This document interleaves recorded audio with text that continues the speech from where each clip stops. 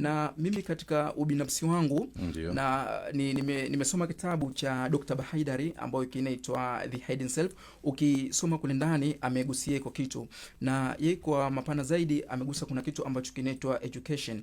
Ukizungumza neno education imetokana na neno la Kilatini manake educo. What is educo? Educo manake lead out, bring up au draw out. Manake kwa maana kwamba educo imekuja ku raise up the talent that we have, na kila mmoja amekuwa gifted by God na kipaji ambayo yuko nacho. Kwa sasa namna gani kipaji kitatoka juu na kila mmoja ataanza sasa kupata manufaa kutoka na kipaji chake. Kwa sasa imekuja elimu ku raise up the talent that you have.